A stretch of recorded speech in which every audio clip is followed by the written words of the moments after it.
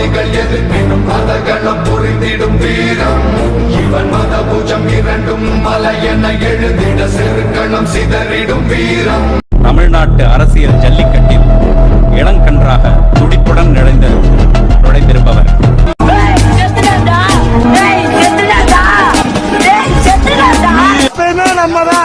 நம்ம மட்டும்தான், ஒண்ணுமே பண்ண முடியாது. பாய் ஓம்ப போய் கம்பி என்னவீங்க பாருங்க பாய். இப்போ எவனும் இங்க இந்த உயிரோட போனதா வரலாறு இல்ல, இனிமே இருப்பான். சினிமாவை போலவே அரசியல் தளத்திலும் வெறும் இளைஞர் கூட்டத்தை வசீகரித்து வருபவர்.